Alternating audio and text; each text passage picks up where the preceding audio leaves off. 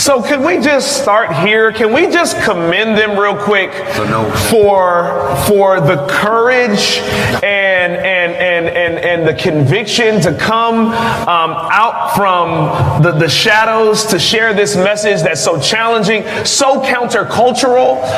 Can we just commend them for that?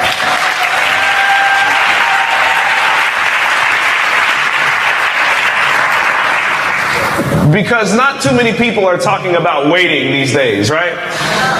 So we're just honored, Devon and Megan, to have you guys. And we here. Yeah. You rocked the house this morning, Devon. Oh, praise the Lord. Amen. So let's get right into this. You wrote a book about sex. Did we? Or rather, not having sex. So why wait? Tell us why wait. Well, I think for everybody it'll be, different individual reasons, but I think the main thing that kind of stands out for everyone is God has asked us to wait. God has asked us to wait and to be with the person that He's created for us. That's the number one reason, but outside of that, I think that it really changed both of our lives. It allowed us to grow together. It allowed us to grow closer to God. It allowed us to have self-control. It allowed us to deal with things from our past, and it really just was something that was transitional in our lives. And, when you look at waiting, it actually gives you so much clarity on who you are, gives you clarity on the person that you're dating. Are they really meant for you? Are they the person God has for you? And then also, what about doing it the way God intended? When you look at Adam and Eve in the Garden of Eden, there were rules and there were consequences when man decided to disregard God's rules. And we're still paying for those consequences now. So, waiting, why wait? Why not choose God's best? Why not get God's A plan? Why not walk in the fullness of your calling? Why not have peace? Why not get love? Why not get joy? And why not have to feel guilty? When Adam and Eve, when you go back there and they didn't do it God's way, there was so much guilt and shame and fear. When you do it God's way, you don't have to be afraid. You don't have to be ashamed. You can walk and you can not even have to worry because you know that God is shining on you. And living in that is worth the wait. Amen. And it's worth everything that it takes to wait. So good. So good. You both chose to wait independently. What prompted those decisions? For me, what prompted the decision was, I grew up in the church, and I was, I think we all, in some way, shape, or form, when you've grown up in the church, you're taught to wait. But then you get in relationships and you don't. I ain't talking to nobody out here. Okay. Yeah, y'all mighty quiet. And so, but I was also preaching. So I started preaching at the age of 15, and as I spoke about this morning, and I tell in part of my testimony that I was kind of preaching one thing and then started living another, and I was telling people that I was waiting, but I really wasn't waiting. And so not having alignment between my public person and my private person was really tearing me apart, because I felt like I just wasn't living my truth. And so in my early 20s, when I graduated college, as soon as I had gotten out of a relationship that I was in, I promised God that, I'm going to wait until I got married. And what started as a spiritual practice became ultimately a practice that helped me in every other area of my life. Because I started saying, oh, wow, I'm getting discipline here. And that discipline here helped me in my career. It helped me focus. It helped me, I've been able to have such success at a young age. And so much of it was because when I put sex on the table, on the shelf, and took it off the table, I had much more time to hear what God wanted me to do, to understand where He wanted me to go, and to take that energy and time to focus on getting there. It really changed every area of my life. But that's how it started. Awesome. Megan? For me, mine was a little different. I didn't grow up in the church, but I did grow up with my mother always telling us to read our Bible, to get to know God, to have a relationship with Him, and to wait. And so ultimately, my first intention was to wait until I got married, and then I found my first love when I was 19, and I was like, well, he's going to be my husband anyway, so it's okay. The excuses that we make. None of y'all ever said that. The excuses that we make. And then after that relationship, throughout my 20s, any serious relationship that I was in, I felt really convicted about having sex, and I would try to be celibate for a time, but then I didn't always get that support from the person that I was with, or I'd have fear that they were going to cheat on me, or I would lose them, or whatever it might be. And it wasn't until my late 20s that I kind of hit rock bottom in terms of just relationships, in terms of damage that I accumulated over time, rather it be from growing up in the business, rather just being a young woman, rather be upbringing, not having my father around, whatever it was. I got to a point where I was really at my lowest point, and I knew I needed to make changes. And I decided at that time, I was like, as far as it goes with this area, this is the hardest area in life to get under control. So if I can get this under control, and if I can choose to do it God's way instead of my way, which obviously isn't working, then I believe that things would shift. And they did. From the second that I started practicing the weight, I felt all kinds of just baggage lift off me. I got to really deal with myself in ways that I didn't even know that I needed to. I got to really fall more in love with myself. I got to fall more in love with God. My relationship with Him strengthened. I always walked with Him and had a strong relationship with Him, but it was a totally different level when I was being more obedient in this place. The vision and discernment and clarity and all that. And then it blessed our relationship and our marriage, and it's been the foundation that it has been the catalyst for everything else. And again, with me too, my career, it gave me more discipline. It gave me better work ethic. It helped me to prepare more because I had more time to actually think about those kind of things.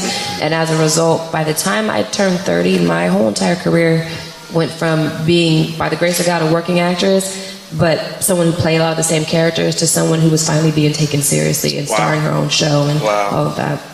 And that was, amen. And you connect that in part to your decision to wait. That's beautiful. So let's talk about what the wait is and what it isn't. And let's start here. Is the wait purgatory? Some people may feel like it's this endless period of torment. Oh, wow. No. Come on, say amen. I know I'm preaching to somebody. Go ahead. No, we don't look at it that way. And I think that, that's really the challenge and the opportunity. And that's one of the reasons why I wrote the book, is because in the waiting period is when God does His best work. And that's when we have the most energy to do our best work. And sometimes, when I was waiting, I would get into this question, okay, Lord, when is going to be my time? When is she going to show up? And why can't I find the right person? And what I realized in those moments when it wasn't that God wasn't answering me, but what He was saying is that if I brought her to you now, you would blow it. And I'm trying to give you enough time for you to get ready. Yeah. So that when she arrives, you'll be able to be successful. And I think that so many times we look at the waiting period, like you said, purgatory, or, God putting us on timeout or something like that. And that's not what it is. It is the really one of the most exhilarating, energy-filled times of your life to focus on what you need to do your work, to repair, to have time to heal, to also figure out, okay, where am I going? How am I going to get there? The waiting period is an awesome period. And I would never exchange how long I waited, because if I did, I wouldn't be here now. We wouldn't be married now. Right. So no, it's not a punitive period of time. It's really a great period of time. It's preparation. Right. So it's not purgatory. Is it abstinence? No. We don't look at it as abstinence. We find it differently. It's different because abstinence is just abstaining from having sex. Celibacy, the difference is you're doing it for a spiritual reasoning. It's because there's something that you're trying to accomplish. It's a place where you're trying to grow, a place where you're trying to heal or go deeper or whatever it may be. So it's very specific and intentional versus just abstaining. Yeah, you guys go into that quite a bit in the book, the difference between celibacy and abstinence. You really speak about it from a perspective of celibacy being a commitment to purity. And I wonder if you just would expound maybe a little bit more on that how you view celibacy, how it's connected to purity, and maybe even how that call to purity impacts the rest of your life. Yeah, I mean, you know, it's like sometimes when you look at abstinence, it's just because you're abstinent just because you don't have any options at the minute. It's not because you actually want to. I know none of you fall into that category. No. And so we are saying when you practice the wait, you're doing it intentionally to achieve your purpose. It's tethered to the overarching purpose for your life and wanting to live the life God calls you to live. So, you know, sometimes the whole conversation about waiting is framed through the lens of abstinence. And we said, no, we actually want to frame it differently and, you know, really use celibacy because we feel like it's a more positive choice. It's like I'm choosing this for my life. Abstaining means stop. And sometimes what happens is psychologically, when someone says, don't eat that piece of cake, the moment they say it, you can't think about nothing but that cake. but when you look at it differently and you say, you know what? I want to look a certain way.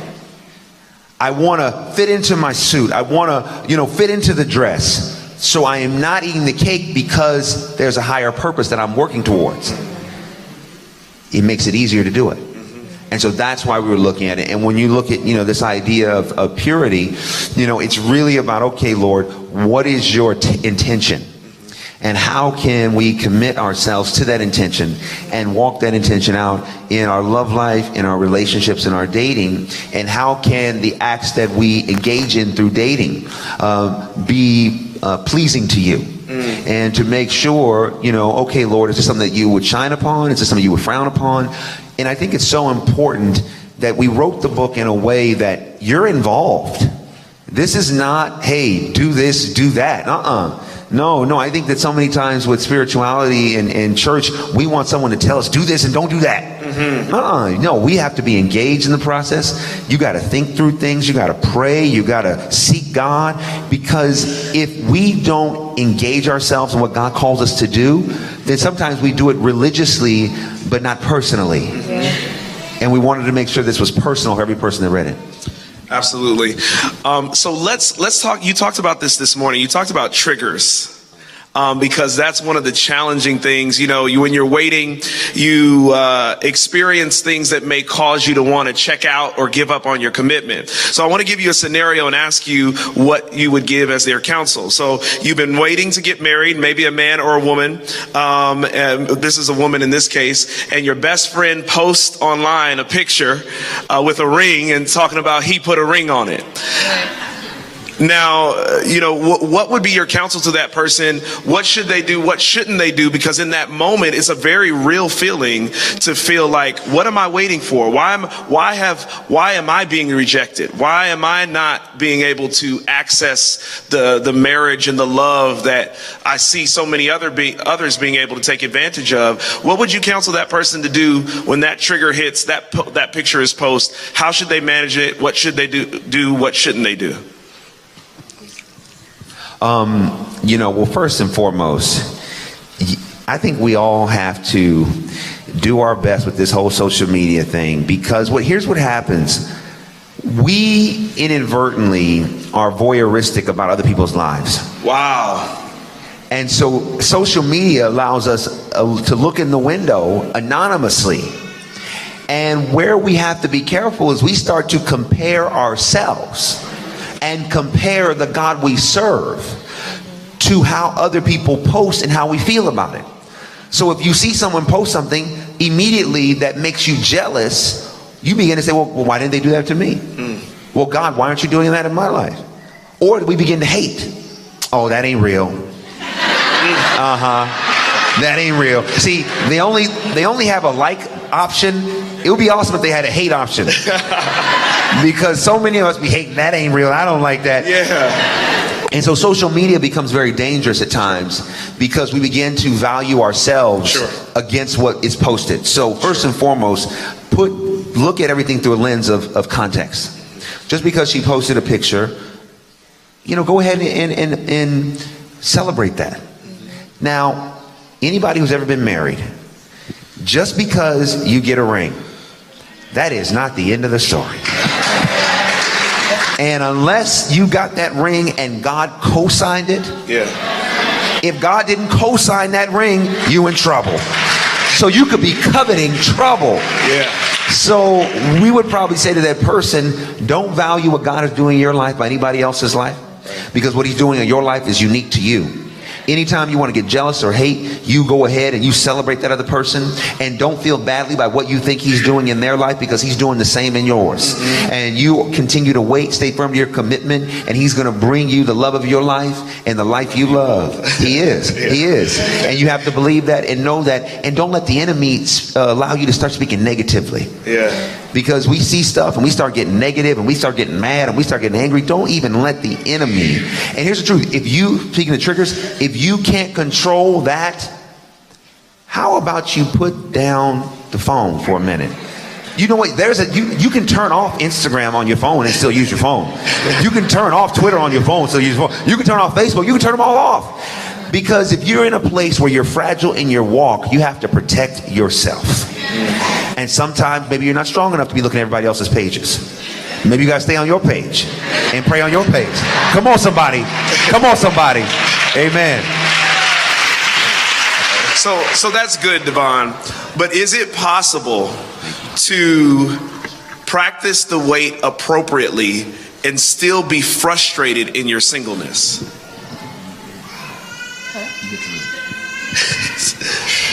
Is it possible to practice the wait and still be frustrated in your singleness? Yeah. Yeah, absolutely. I feel like you could talk to that better than I did because you waited longer than I did. Yes, I was frustrated, but let me tell you, the difference She ain't right. is that I had the revelation that my husband was coming at that time. And for me, it was less about focusing on the wait and more about focusing on myself, because I knew that I had a lot of stuff to work through, a lot of garbage to work through, a lot of skeletons to work through, a lot of things that God had to work on me through. So most of my waiting period was consumed with dealing with those things that had been accumulated over years that had never really truly been dealt with. So my time was kind of taken. It's not that I didn't want, to be with someone, and especially once I knew he was my husband, be with him. But for me, it was really about focusing on myself, because I knew something was happening, and I knew that I needed to spend this time getting myself right. Like Devon said, when it came, I wouldn't have been ready, and I would have messed it up. Yeah. Okay, since I waited a little longer.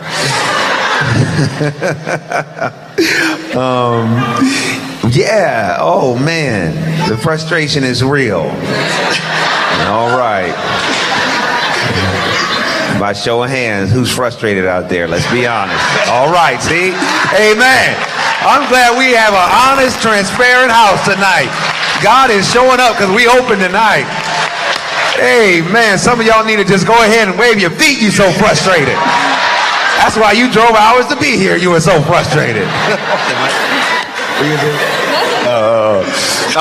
But no, here's for real. The frustration, though, for me was twofold. So on the side of waiting until marriage, the frustration was like dating, but not feeling like I had found the right one. So the frustration was, wow, Lord, what am I doing wrong? Because I'm dating and I'm going out and I'm hanging out, but I haven't found the one that feels right. And, there have been relationships that I was in, and one relationship that I was in particular that, it literally, the thing, it checked all my boxes. I was like, oh, she's this and that, and we have this kind of thing. But there was something in my spirit that said, no, this is not it. Now, she's awesome and you're awesome, but this is not what God intends. But there was nothing really wrong with the relationship, except I wasn't confirmed in my spirit. So I ended up getting out of the relationship, and my family said, you're crazy and you're too picky. We did. And you did. We did. Yes, he did. See, y'all forget this is my brother here, so he was a part of the we. He was. And so the frustration comes in second guessing with what we see, what God is really doing. But then being challenged to be obedient to what you feel in your spirit. Because he'll give us guidance in our spirit that will tell us, no, this isn't quite it. But we don't want to be alone. And the person is really good. And we're going to church together. But, that's right. Don't get it twisted. Just because you go to church together don't mean it's the right thing. You know what I mean? Don't mean it's the right person. Amen, somebody. Some of y'all been in crazy situations and he's sitting right next to you in church. Amen. Just because they say happy Sabbath don't mean that that's supposed to be your husband or your wife. But so the frustration on that side came from, am I listening? Am I hearing God? Am I out there searching for a person that doesn't exist? Am I doing this wrong? And it got really frustrating because I was saying, well, Lord, I need to know what to do. Almost like God is a vending machine. Tell me, what is the combination of coins to put in, Lord, so I can get out what I need? And he just said, no, you have to wait. And you will know when you know. So that was frustrating. The other part that was super frustrating is that when you're ambitious, I was very ambitious in my career. I'm the middle child, as you know, always fighting for my place in the world. And I'll never forget Bishop Jakes, was asking me a similar question, like, how were you able to hold out so long, and what did you want? And one of the things that I talked about was like, I had a hunger for my purpose. And my hunger for my purpose and my destiny was stronger than my hunger for sex. And so the frustrating part would come when you're in your career and you don't feel like it's going anywhere. You're showing up at church and you don't feel like your life is going anywhere. You're praying, you're reading the word, you don't feel like God understands you or he hears you. You're saying, Lord, I feel like I'm sacrificing and I'm talented and everybody tells me I'm going to make it, but I don't see nothing. Everybody sees he's doing all this now. It wasn't so. I've been doing this for 20 years.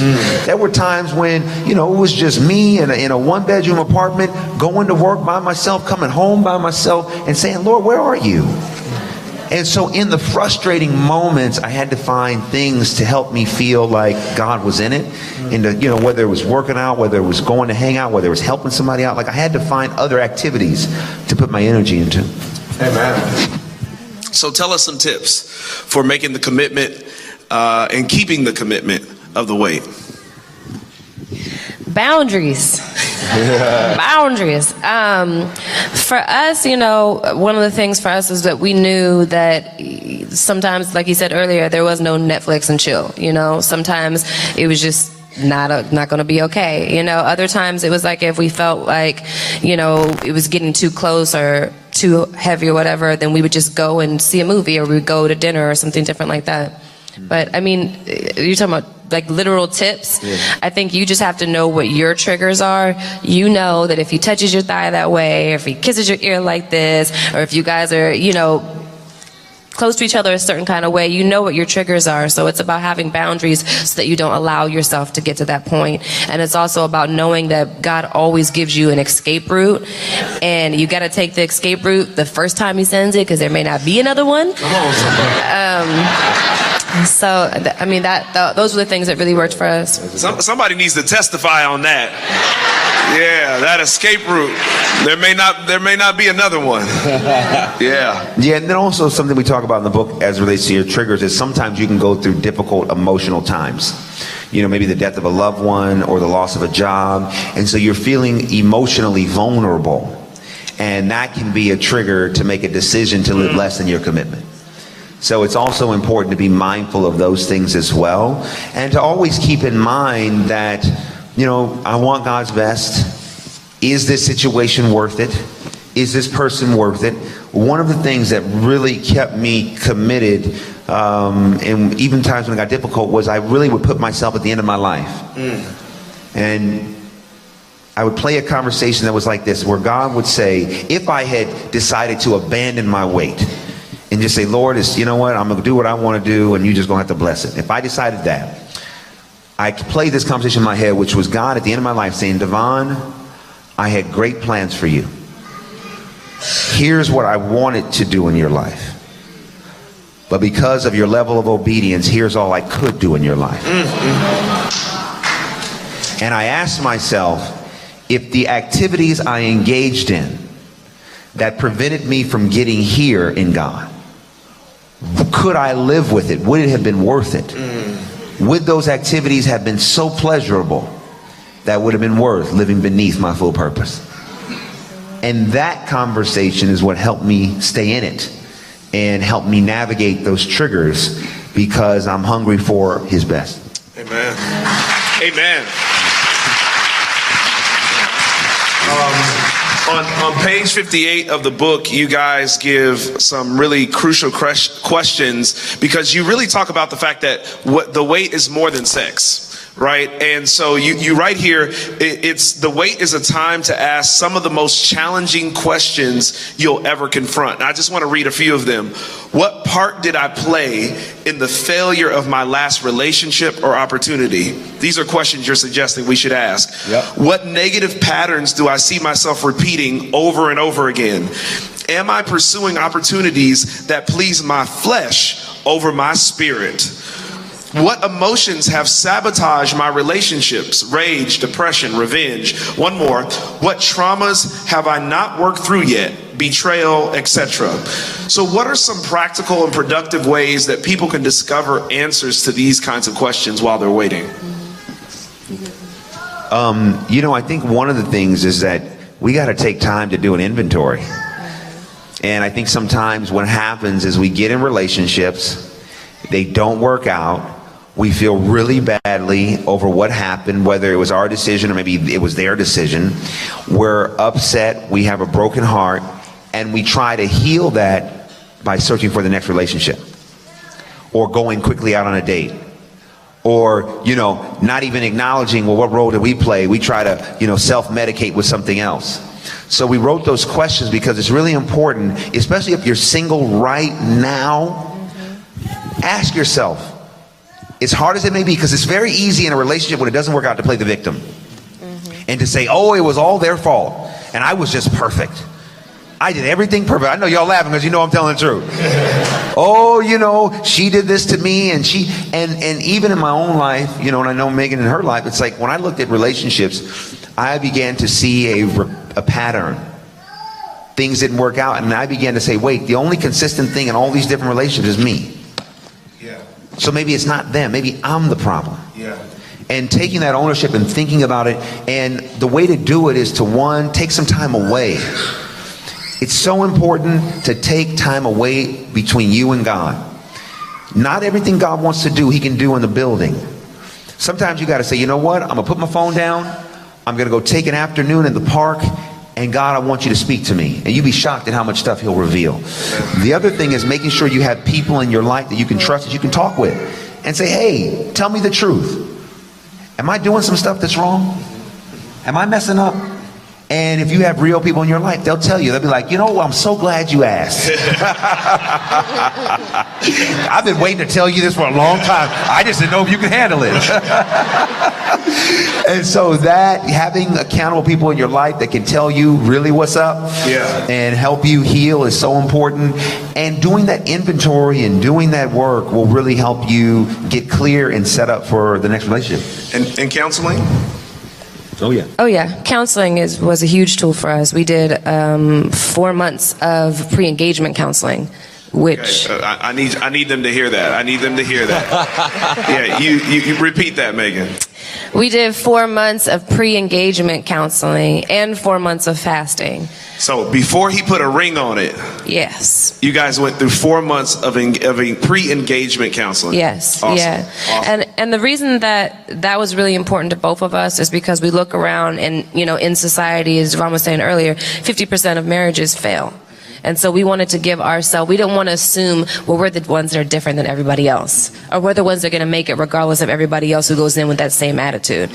So it was really about giving ourselves every single tool, every single opportunity, every single advantage, doing everything that we could to really prepare to make sure that our marriage was built on what it needed to be built on, and that God was the center of it, and that we went in with our eyes open and with a mutual respect that at the end of the day, the most important part of it is we're each other's partners in purpose, and we'll hold each other accountable. I'm here to help him on this journey. He's here to help me on this journey. And together it's about living up to the full potential of who God has created us to be, but assisting each other in that. So good. So good. Somebody needs to hashtag that. Have you found your partner in purpose? Good Lord. So listen, we want to get to some of the questions, but before we do, there's just this dope quote that you guys have in this book that you write, and I just want to share this, and you guys can reflect on it and respond to it, and then we'll get to some questions in the audience. It's on page 236. You write, another reason that you might not have found your spouse is that, to be perfectly honest, you already did, but you didn't recognize the person as your spouse when he or she was in front of you and the opportunity passed you by. Can we get some clicks on that or something? Lord Jesus. Yeah, I mean, look, that's real talk, because the reality is that too many of us are obsessed with a list. And that list is destroying your love life. It doesn't mean you can't have certain things that you want God to bring you. But at the end of the day, you have to have enough wisdom and spiritual insight to be able to detect that maybe he might bring you someone that it doesn't have everything on your list, but they're good for you. I tell a story in the book, talking about how, as you guys may or may not know, I used to be an executive for Columbia Pictures. And so as an executive working in Hollywood, one of the things that I did not want to do was date an actress, because I didn't want to have that reputation as being an executive that was dating actresses and using my position to help me in my love life. So on my list, it was like maybe number 2, don't date actresses. And I had been on a few, dates with actresses before, and then I was reminded, why am I here? I don't date actresses. They are kind of crazy. Am I right? And so when God revealed to me, as Megan knew before me that we were going to be together. She knew 9 months before we started dating that we were going to be together, because in her prayer time, God had told her that I was going to be her husband. Now, that's powerful, because at that time, I had no idea. And she was Megan Good.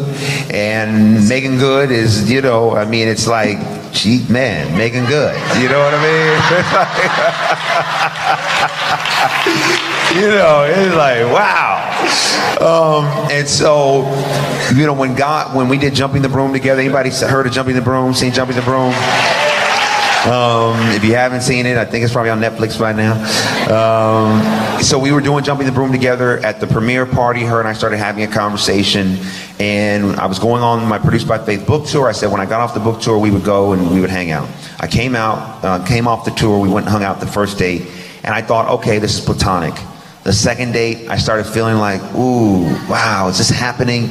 And then by the third date, I was like, wait a minute, Lord. Wait, no, she's an actress, but I think she's supposed to be my wife. Oh my God, Lord, what are you going to do? Why are you doing this? And I was crying out of fear. I was not crying because I was happy about this, because I was serious about not dating an actress. And I went to one of my friends and I said, man, dude, look, I don't know if I can do this. Talking about your spouse is coming to you, but you're rejecting it because it doesn't look like what you want. And he said, Devon, and he wasn't a real spiritual guy either. He said, but Devon, if I were you, I wouldn't reject her, because you might be surprised that exactly what you need is locked up in who she is.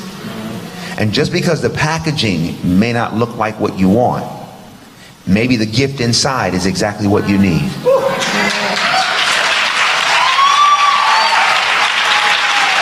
Amen.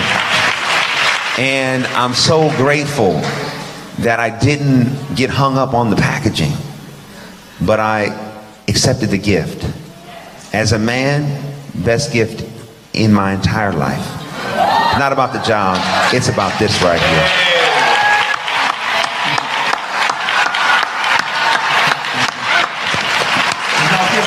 We did. So don't miss out on your spouse, y'all. Don't miss out. You never know. They might be sitting right next to you. Somebody's trying to go home with a boo tonight. Pray first, though. You better pray. That's right. Actually, don't go home with them, right? Don't go home. Don't go home. Don't go home. Get a number. Call later. Okay. All right, I think we have some questions that have come in from the audience, and we want to go on and take those now. I'm looking for one of my ushers to run down this aisle and make sure my media team, if you guys could get them a mic. We have Vankara and Shervan. Can you give it up to them? Our question facilitators. Yeah, just come stand closer. Maybe stand on this side. Stand on this side right here, right in the aisle. And we'll take a few questions, and then we still have folks who want to get their books signed and want to purchase books. We will be selling books tonight for $20 right here, and then you can have Megan and Devon sign it. So if you haven't gotten a copy of your book, you're definitely going to want to do that, and we'll be doing that momentarily. But let's get some questions from the audience. Vankara, why don't you start? Did you bring up waiting when you first met, on your first date, etc.? And how do you know that the person is right for you? We didn't bring it up on the first date. I had just told a friend of mine, as Devon was saying earlier, I knew a few months prior that Devon was my husband, and so I had just started telling like close friends and family, maybe about 5 months in, and one of my friends, I told her, I was like, hey, Devon's my husband, and she was like, wow. She was like, did you know that he's in ministry? And I was like, no, I didn't know that. And if I had known that, probably would have scared me away. But, now that I know that, then that's great. And then she was like, yeah, but did you know that he's celibate? And I was like, I'm celibate too. And she was like, no, girl, he's like for real celibate. and so anyway, that's how I found out that he was celibate. So when we went out a few months later, it wasn't necessarily a conversation that we had right up front. I kind of already knew, but he didn't know that I was celibate. And so when we did talk about it, it was natural, it was organic. It was maybe a 4 dates in or something like that. Yeah, I mean, sure. it was early in, but not like on the first few dates, Yeah. But maybe the heart of the question is that an important conversation to have early on in your relationship? It's important to have that conversation when you know this is somebody you think you would want to be in a relationship with. Before that, it's kind of irrelevant. Because you're evaluating, do I even like this person? But once you know, hey, I actually kind of like this person, I want to see if the relationship is meant to be, one of the ways to determine that is by bringing up the conversation and to not being afraid. Because so many times we get afraid to stand for what we want. Because we're afraid if someone's going to reject us. But that rejection sometimes can be a blessing in disguise. Yeah. Because when you choose what's best for your life and what God wants for you, and someone can't handle that, you needed to know that as soon as possible. Yep. Yeah. Because that's indicative to what the relationship is going to be like long term. And I also think, it doesn't mean that everybody that you share it with that maybe isn't already waiting is going to have the most positive, beautiful reaction. What matters is ultimately if they can be on this journey with you and if they see the relationship actually going somewhere far enough that it is worth getting to know each other that way. If they don't see it going that far and they aren't willing to wait, then again, it's a blessing, because then it's like, well, then I'm glad that we didn't have to do that after I slept with you, Good stuff. Shervan. Yes. Does the wait mean no kissing? No. Because we talk about in the book, and I think that's a phenomenal question. And one of the things we talk about in the book, and I think historically, the way this has been taught is almost in an asexual way. And so what happens is that, we didn't create ourselves. This is how God created us. Amen? Amen. He created us with this sexual thing in us, right? In your marriage, you need it. Am I right? Yes. Anybody married know what I'm talking about?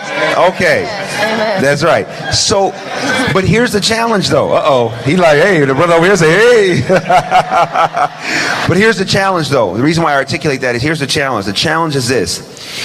The way we've historically been taught it, it's almost like we pray for God to turn off that switch. And then, but it's the very switch we're going to need in marriage to be successful. Practicing the weight isn't about being asexual. We talk about you need to know if you have passion chemistry. Because it's not like you get married, all of a sudden this chemistry just happens. You need to know, when I hold her hand or hold his hand, is there a spark? When we hug, is there passion? You know, if we kiss, does there feel this, is there electricity that you feel? These are important indicators to know that when it's time in marriage, you will have the seeds for an incredible marriage 360. So you do need to know if you have passion. Now, the danger with kissing is that every person has to know what their limit is. I mean, quite candidly, there were times when we would kiss and Megan would be like, oh no, can't do much more of that, nope, we're good. And I'm like, what you mean we good? It wasn't even a minute. What you talking about? You know, but like she said, I had been waiting a long time, so kissing wasn't a big thing to me. Look, we keeping it real in Miracle City tonight. That's awesome. That's awesome. Vankara. So you can stop having sex, but what about the sexual thoughts that you carry with you? And more importantly, what about masturbation? What if and when you slip up?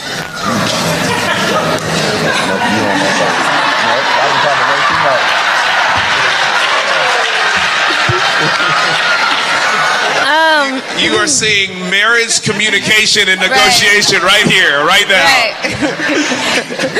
Right. You know, I think that let me put it this way. I feel like the best we can do is try to have a hold on that. I feel like God knows our hearts. We have to do the best that we can. But I think sometimes there are moments when you just struggle harder than others and just try to think of something else, you know, positive or something else that you enjoy that's not necessarily sexual. But I think it can be hard to manage your thoughts, and that's just when you just have to literally pray about it in the moment and just keep it pushing. I know I dealt with that a lot, where I would have thoughts and I'd be trying to just like pray through them just so I could get to the other end of it, you know? Seriously. But you know, that for me was the number one thing I could do with that. That was the best way that I knew how to manage it. And then as far as masturbation, I think that everybody has to work out their thing between them and God. I feel like you have to pray about what's right for you. I don't think that it's something that we should do, because I think it does, or should do while we're waiting. I think it does kind of spark that, you know, and leaves the energy lingering and, you know, all that stuff. But I really think that there are some gray areas with that, and people should look to God specifically on how they should conduct and carry themselves. Mm-hmm. Amen. Yeah. Well handled. He escaped that one.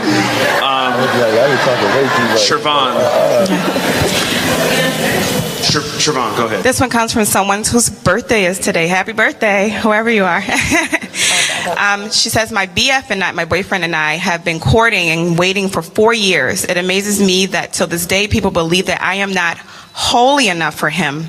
People even go to tell his mom. I cry about it a lot, and he assures me that he's not going anywhere, but it still hurts. You guys went through a similar problem. Meg, how do you endure it? And Devon, how do you endure it?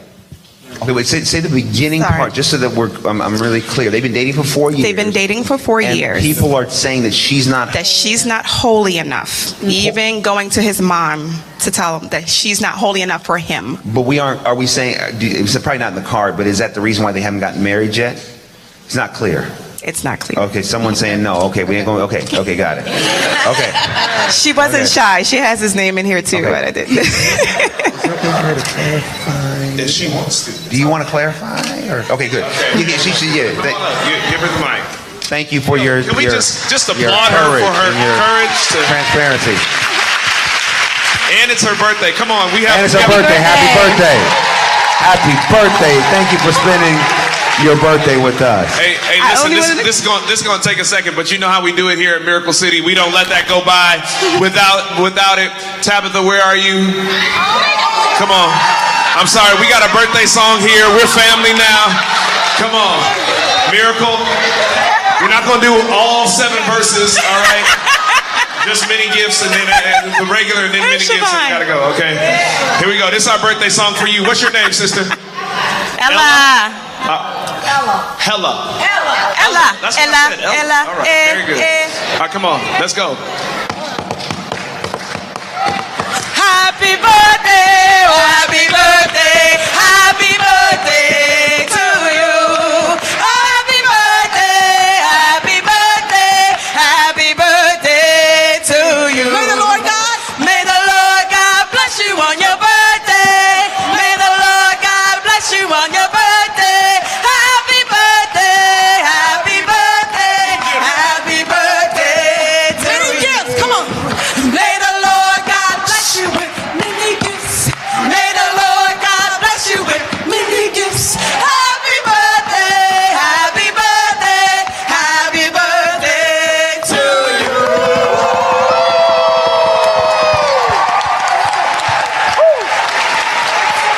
Awesome. Oh my God. That's for all your courage, Ella. Now you can ask your question. Thank you so much for that. Me and my best friend came here from New Jersey. Today's my 22nd birthday, and she asked me, what do you want to do? I said, I don't want to do anything. Then I'm scrolling through Instagram, and then I see your post that they're coming to Baltimore. I'm like, we going to Baltimore. But, so basically, my boyfriend and I, we have been courting for 4 years. We've been practicing celibacy for 4 years. Amen. And, Amen. Come on, amen. And yeah, it's really tough, but you know, we've been enduring it, but I don't know what it is about me that people, and that's the reason why I connect with Megan's spirit just so much, because it's like I understand it. So many people, whether it's in the church or people who are friends of his mother, they'll see me and just be like, no, she doesn't look like she's holy, you know, she doesn't look like she's, you know, I don't know what it is about me, and it hurts so much because I love God so much, and they have no idea how close I brought him to God, and the same, you know, vice versa. But it's just like, I don't know what it is, and he assures me all the time, like, you know, it's okay, I'm not going anywhere. But it still hurts me because it's like,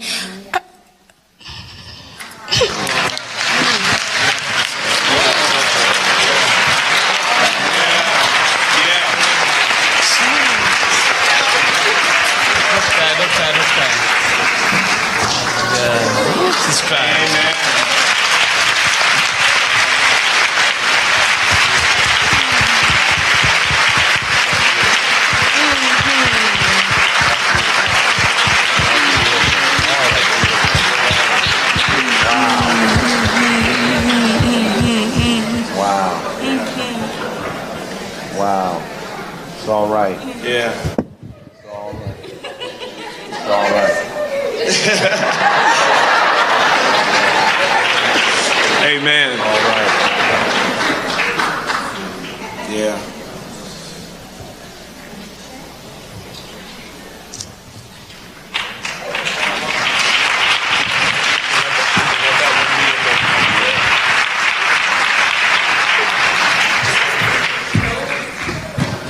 Oh man, I so relate to you.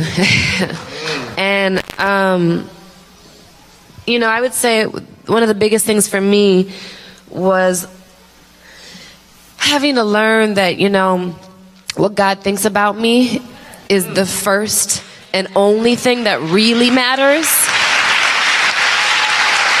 If you know in your heart of all hearts that you're following him, if you know that the calling on your life is unique and not everybody's going to understand it, and people are going to judge you just by looking at you and not knowing your heart and not knowing you the way God knows you. For me, I just had to learn that to a certain degree, I'm going to have to be okay with it. And I had to ask God to just give me the healing to, not just heal from the feelings that I feel, because I feel them deeply too. I think to some degree, even as long as I've dealt with it in some capacity or another, I'm always very sensitive to it. And I think I connect with other people who are very much like me and me like them. But I just had to pray for God to help me to just love my siblings in Christ even more. For for when I feel hurt by them, for me to pray for them even more, for me to just work on trying not to take it so personally, because sometimes people really don't know what they do, and they don't really know how much they hurt you, and they forget that you're a human being, you know, and they're just judging what they see, but not really seeing your heart. So anyway, I said that to say, and then also, if you got a man who loves you and he says, even what my mama says, it doesn't matter. I'm rocking with you because he sees your heart. And that was always my goal, is I wanted a man to see me as close to how God sees me as possible on this earth. So if you have that, hold on to it. Y'all get married. It's 4 years. Time to get married. Amen, amen, amen. See yourself the way God sees you. Beautiful, so beautiful. All right, we'll take 2 more questions, and then we got to wrap up. What advice would you give if you were in a loving relationship and started off engaging in sex, but are now deciding to wait? Can your relationship still turn out successful? Absolutely. We all fall short of God's grace. We all are, born in sin and shaped in iniquity. So even in your relationship, if you haven't necessarily started out the way that God would intend, without question, you absolutely can. It's just a matter of making that commitment and letting whoever you're dating know, and in a relationship know. Hopefully they'll walk out that commitment with you. And then you may have to make adjustments to how you've been doing your relationship so that it can reorient itself now to your commitment. So it absolutely is possible. We get this question a lot, and it's really, really possible and doable. And that's one of the reasons why I wrote the book. So that even if you are in a relationship, to convict you, hopefully, to do it God's way, and to now reorient your life so that your relationship can bring God honor and glory, and the glory that He wants. And you'd be shocked. I mean, we got an email from a guy on the West Coast, and he had been in a relationship with his girlfriend, and they had actually had a kid, and she wanted to start practicing the weight, and he said, no, I don't want to do that, and was really being really difficult with her. She showed him a clip of one of our interviews, and he said he watched it over and over and over again until God convicted his heart. And what he said was, he was missing the idea that this woman loved him for who he was. And she was a good woman, and she wanted to do things right. And here he was not honoring the fact that he had a good woman, wanted to do the right thing. And so he said from that moment, he was going to honor the commitment to wait with her until they got married. And so, yes, you can reorient your relationship even if you had already started not practicing away. Awesome. You want to just go until 8 o'clock? 15 more minutes? Or we'll see. Okay. Let's get this question. Okay. What advice do you have for those who have generational curses in their family, meaning all children were born out of wedlock and there is no history of family getting married before sex? Wait, say that last time. I'm sorry, I was talking to Pastor Dave. What advice do you have for those who have generational curses in their family, meaning all children were born out of wedlock and there is no history of anyone in the family getting married before sex? Break the curse. Be the one. Be the first. Be, the first one in your family to do it differently. If you know that that is something that has been passed down from generation to generation and you are more susceptible to it, make the conscious decision to do something different and believe that you have the authority to break the curse. Believe that God will give you the authority to break the curse, and do it. Be the first one. That's good. So, Megan and Devon out of their generous spirit. It's 7:45. They want to go 15 more minutes. Y'all cool with that? All right, so we'll run up to 15 minutes. We'll run up to 10 minutes because we have a little special treat for everybody here. So we'll run to 10 minutes and then we'll get the special treat in. When I got married the first time, we waited until we were married to have sex.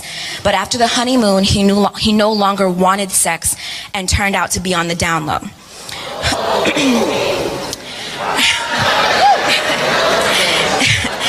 Now I want to wait, but how do I know a man that wants to wait is not hiding being gay? Well, all right. Okay. Man, they got y'all talking. Okay, but for real. It's two things. One, it's really important. It's the equivalent of like when you've been in a relationship and that person, let's say that person was abusive, and you get out of the relationship and then you go into a new relationship and then you hold that new person hostage to what the other person did. So it's really important to know that the practice of the weight wasn't the issue. And that the enemy is real and the enemy can work through people at any time. So we always have to say, God, we don't know why God allows certain things to happen to us. And that's some things we're going to have to ask God, Lord, why did this happen? But the actual practice isn't what's faulty. The other thing I would submit, and the other thing I think that's really important, and we talk about it in the book, we live in a time, in a day and age where more information is available to us than ever before in the history of the world. If somebody you're dating, you better do your due diligence. Be all up in that Instagram, be all up in that Facebook, be up in that Twitter. You better Google them. Come on, y'all, don't play. Do your research. Do your homework. And sometimes when they say they're someplace, just show up. Hey, honey, I just wanted to see if you're okay. Did you need anything? You need some water? I just want to make sure you're all right. Come on, y'all, don't play. Don't play. Don't play. It's your life. Seriously. But come Seriously. on, you don't want folks to be a stalker, man. Come on now. Come on, Devon.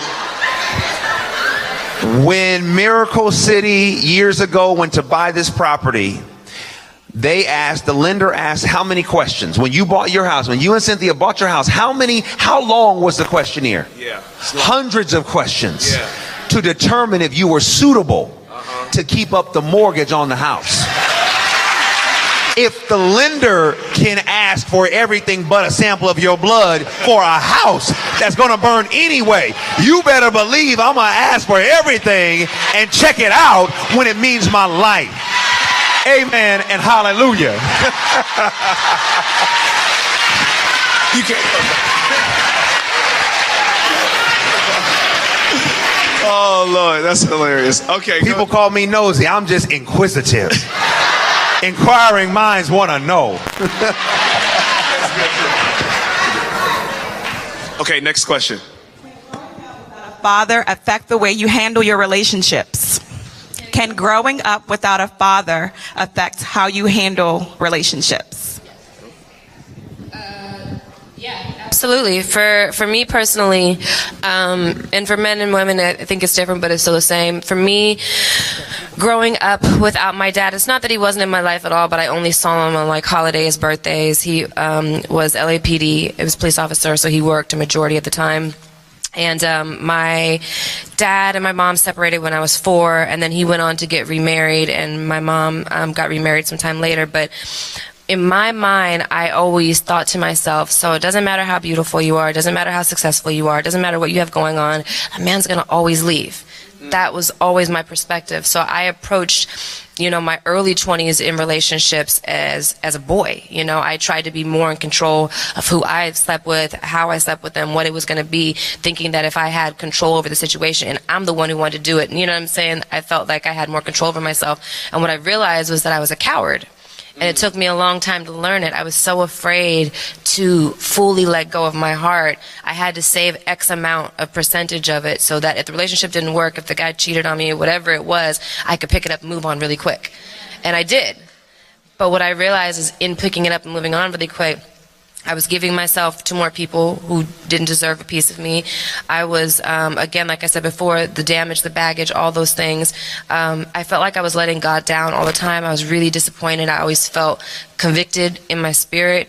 And out of that conviction was the kind of depression. And out of the depression became the partying, and the partying became the drinking, and the drinking became, hanging out at night so that I could sleep through the next day and go back out and do it again. So it was all of that stuff was like a huge cycle that started from, not having my dad around. So I totally relate to that.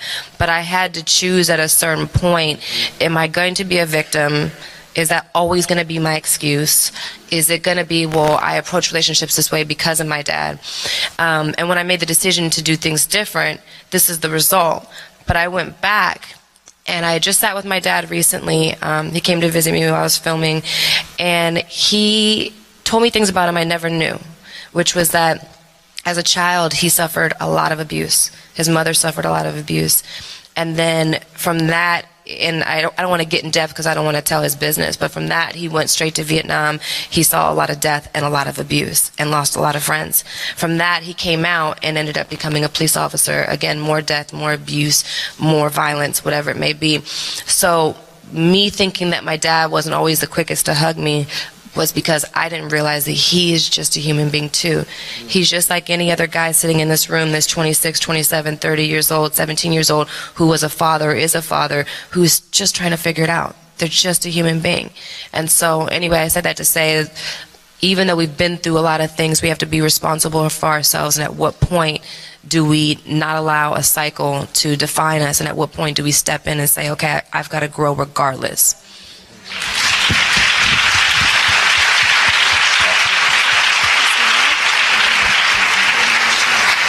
My frustration is feeling like everyone I cross paths with is the one for me. How do I navigate through? It's not funny. It's serious. It's not funny. How do I navigate through my weight feeling drawn to each woman that I meet? Each woman? Oh, Yes. it's a guy. Wow. Okay. Let's see here.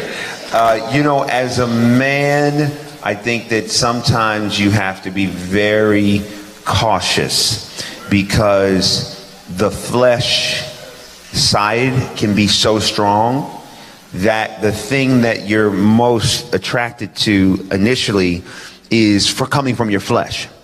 And especially if you have a history of being a serial dater, and you kind of chase the high of, how it is those first few months, and there's no responsibility, and you just feel all this intoxication of, the new thing, and then it wears off. You have to say, okay, if I have a tendency to fall head over heels too quick, then in the next dating relationship, don't do that.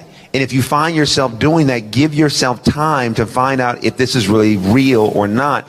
And also in that initial period of time, and those first few months, don't say stuff to her that ultimately may be revealed as manipulative.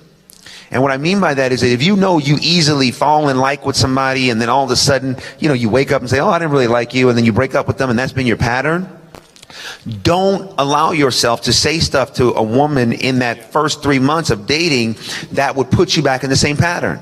You may say, I think I love her. No. Hold on to that. Hold on to it. Because you will know in time, and they will know in time if you're the right person. So that's when we talked about earlier about, repeating past mistakes and patterns. If the person had enough courage to ask the question, that means that's a pattern that can be broken.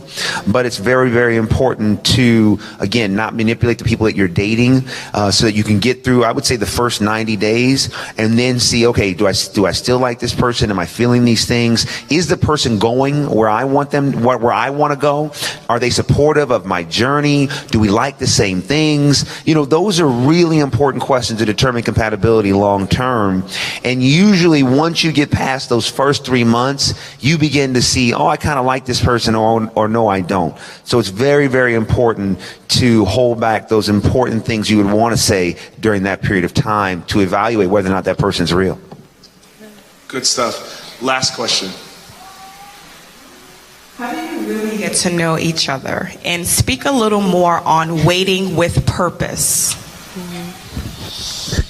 I think that I know now that there is no greater intimacy outside of your intimacy with God than communication with each other. Thank you. And I think for us, the way that we really, really got to know each other, breaking it down specifically, was because the other stuff was out of the equation, and because that didn't cloud up our time of our judgment, and there wasn't a ton of lust, because it was like, that's off the table, period, point blank. You know what I mean? So it was like we were able to just talk to each other, get to know each other, pray together, spend time together, build the building blocks to see if there was a real future with us. What else did you say? Yeah, I mean, that was really, really important. And also, you learn a lot about communication when you argue. And y'all laughing because you know it's the truth. But here's the thing that's so important. When you argue, it's so important to keep the other person's intention in mind. When you get to know someone, it's very easy to get mad at what they're saying, and sometimes we can say something that's different than what our intention is. So as Megan and I were getting to know each other, and I was able to start seeing her heart, and she was able to see my heart, those times when we would get mad at each other or argue about something, we would always be reminded, this is a person that really loves me, they care about me, they're for me. And when we were reminded of that, it actually gave a different tone to how we resolve conflict. Absolutely. We talked through things. We had a counselor, as we mentioned. You know, we did the whole thing that you recommended. What was it called again? Prepare and Rich. Yeah, Prepare and Rich. We did the whole Prepare and Rich survey, which was awesome, and that helped us work through communication. And then to the other part about celibacy with purpose, it's really, again, it's all about I'm doing this with the higher calling. I want God's best. I want the best for my life. I want to have peace. I want to have joy. I want to have health. The truth is that when we don't wait, we jeopardize our health. Because we don't know what that person may be bringing us. Amen? Yeah, and not just physically. I mean, he means emotionally, mentally, All of spiritually, it. all of it. All of it. So when you're waiting with purpose, you're like, I'm choosing God, I'm choosing myself, I'm choosing my health, I'm choosing wealth, I'm choosing peace, I'm choosing joy. Those are my choices. And those are bold choices, those are positive choices, and that's how you wait with purpose. Not waiting in vain, waiting with anticipation and expectation of what God is going to do. Awesome.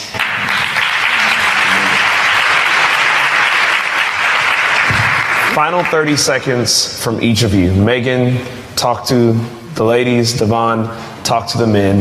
30 seconds of encouragement. Okay, ladies, I would say if you aren't already waiting, I would encourage you to try this out. I know most of us have tried it the other way, and we have to ask ourselves, what did it actually bring us? Those of you who are already waiting, I want to encourage you to continue to wait, that it is so very worth it. Doing it God's way and knowing that you're doing it God's way, even when you're in the season where you're struggling, you're frustrated, you're waiting, you're like, where is he? He designed us for him. And when we do things his way, our whole entire lives benefit from it. And we know that we're living within the will that he has for us. And we know, again, that we're living up to the potential that he's created us for. And so I would say, again, like Hubby was saying, if you want God's best, then we have to try to give him our best. And I think a lot of the times we put a standard, and that standard is, do the best we can, but we have grace and we have mercy, instead of shooting for the moon and being okay with if we fall amongst the stars, but not shooting for the stars. And so I think it's important, and again, for myself and many other women that I know, it has been absolutely life-changing in every way, and it is so very worth it. Please value yourselves. Please be willing to let go of any man who's not willing to value you the same way. God doesn't take something away without giving you something better. And and know that you're worth it and you're worthy. Amen.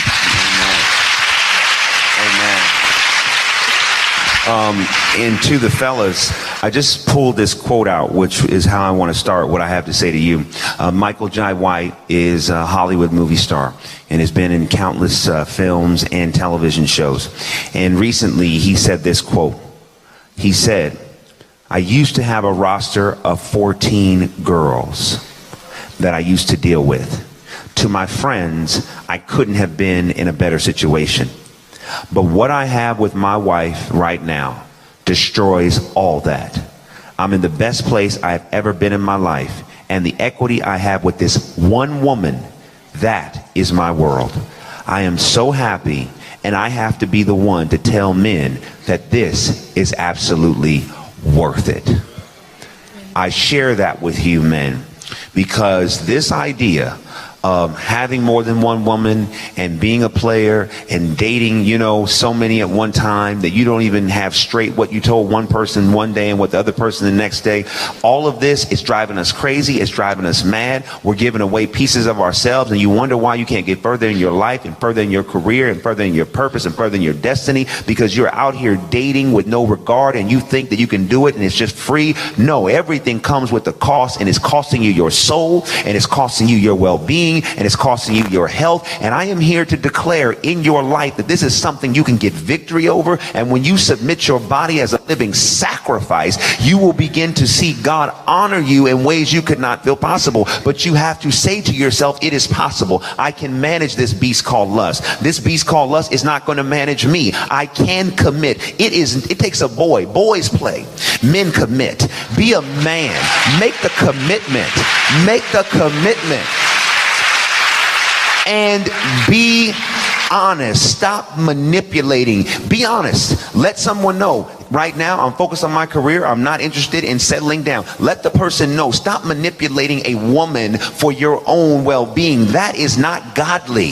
That is from the enemy. That is from the flesh. And for us to be men, we need to stand up. We need to take our community back. We need to take our marriages back. We need to take love back. We need to take our women back. And we start doing it by committing, by practicing the weight, and knowing that if we can get disciplined, our sons can get disciplined, and our sons' sons can get disciplined, and our sons can get disciplined. That is the hope of what we are trying to do, and I know you can do it, and we can do it together, because where 2 or 3 are gathered, he said he'd be there. And as iron sharpens iron, so one man sharpens another. I don't mean to try and cut down your sword today. I mean to sharpen that thing, because when you get out of here, you're going to need that sword to do war, because as soon as you say, hey, I'm waiting, the enemy's going to come against you. But I'm here to tell you, use your commitment to keep you sharp, and remember who you serve and where he wants to take you.